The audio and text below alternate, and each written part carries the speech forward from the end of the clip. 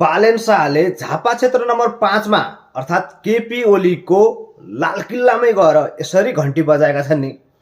न त केपी शर्मा ओलीले कान बुझ्न नै सक्छन्, न त घन्टी बजाउन नै सक्छन् अब, किनकि उनी नेकपा एमालेको सभापति हुन्।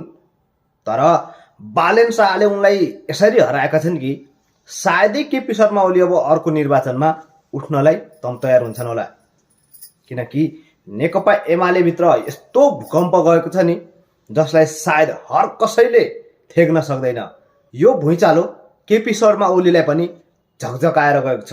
केपी शर्मा ओलीको हारपछि नेकपा एमालेका कार्यकर्ता, उनका नेताहरू र उनका समर्थकहरू अहिले सामाजिक सञ्जाल बन्द गरेर यसरी हराएका छन् नि। केपी शर्मा ओलीको हार सँगसँगै आधी जनताहरू खुसी छन् भने केही प्रतिशत जनताहरू भने दुखी छन्। ती सबै हुन् नेकपा एमाले र उनका सहकर्मी, साथसाथै कार्यकर्ता र नेताहरू।